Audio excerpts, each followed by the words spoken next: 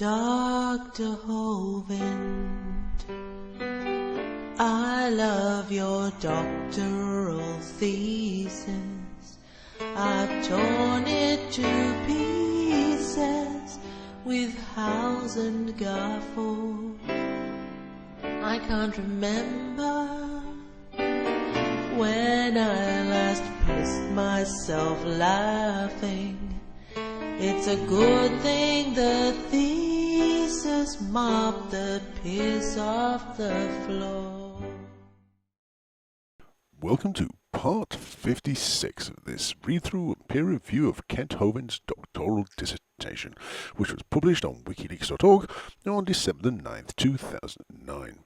If you have not yet seen any of the previous parts of this series, then I recommend that you go back and see those first, as in this episode I will start off exactly where I finished off in the last. In the last episode, Kent gave us a poem. Thankfully, he doesn't do that again in this episode. Carry on, Kent.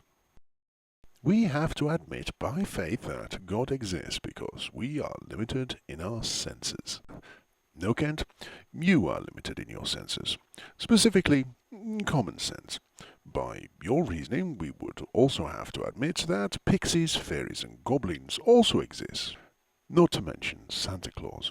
But thankfully, I'm old enough to realize that these are just made-up shit. But do carry on. A blind person believes by faith that there are colours. He has never seen them, but he believes by faith that they exist, because everyone has told him about them. Yes, Kent. And that brings us back round once again to ultraviolet light, infrared, radio, radar, and microwaves. We can't see any of them, but we know that they're there, and not just by blind faith. A blind man simply perceives a lot less of the electromagnetic spectrum than a normal sighted person would do. I think that you will be very hard pushed to find at least one blind person that will deny the existence of the entire electromagnetic spectrum because they can't perceive colours. You see, Kent, unlike your God, there isn't a more scientific, rational explanation of colours held only by blind people. And not seeing colours, not seeing the visible part of the electromagnetic spectrum, will not have eternal consequences that require you to live like a Bronze Age goat herder, in persistent fear of a magic man up in the clouds. But do carry on. I believe by faith that there is a God. That's because you're an asshole. I believe that there is no time in heaven. Good for you, Kent. It's irrelevant. Assigning a attribute to an imaginary place has no bearing on science and the world around us. Anyhow, people ask, where was God before the creation? How long did he wait before the Garden of Eden, before he created man? Well, you are back to the same argument. Yes, Kent, because you made that exact same argument 2 pages ago. God didn't wait any time at all. There wasn't any time, and I can't explain it other than to say that's the way it is. And not only can you not explain it, Kent, you don't appear to be able to justify that statement either. But whatever.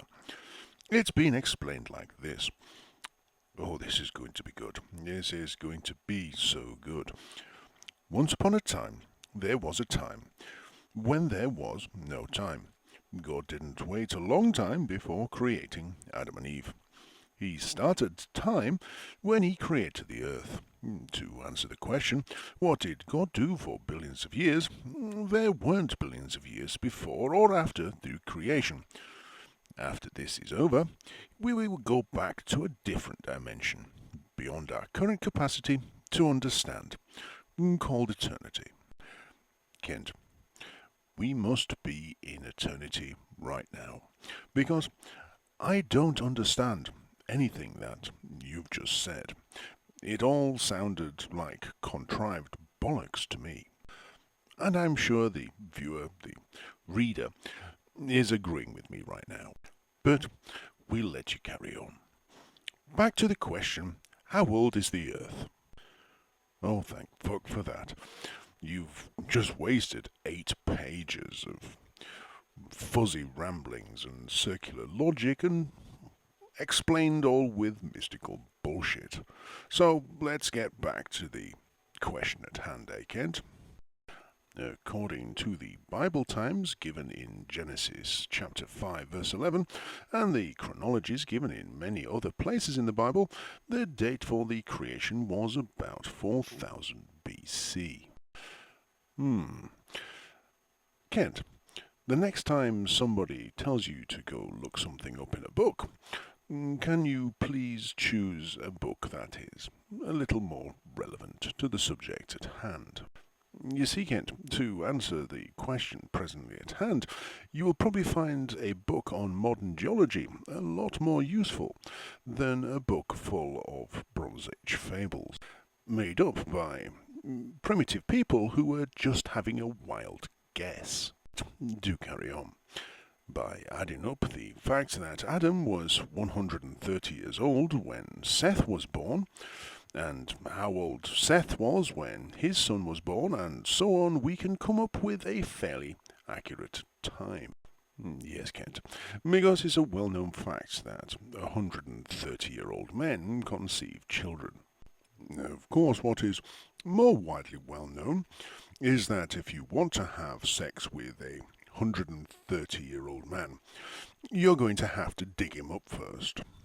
As for accuracy, well, I'm afraid I'll have to reserve judgment on that right now. Kent continues.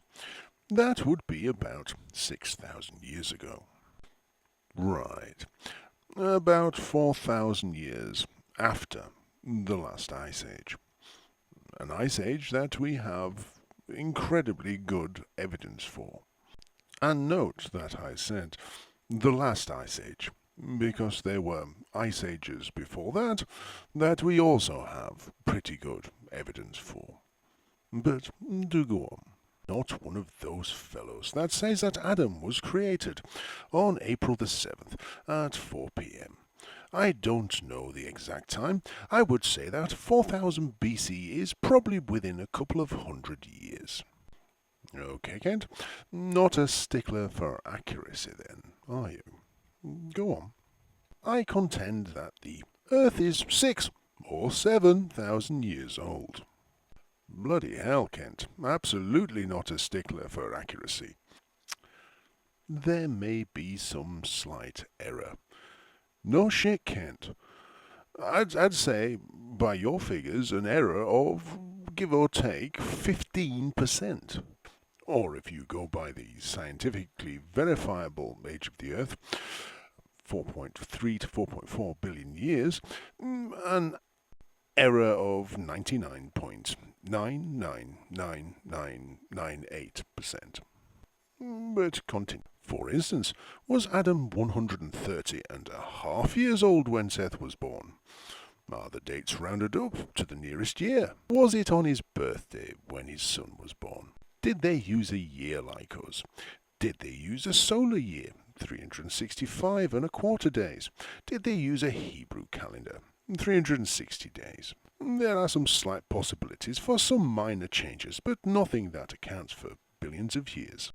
That's right, Kent. So, unless you can find an extra 4.3 billion years from somewhere, I would say that your age of the Earth is so wildly inaccurate that it's no small wonder that people laugh at you when you try to prove that it's real.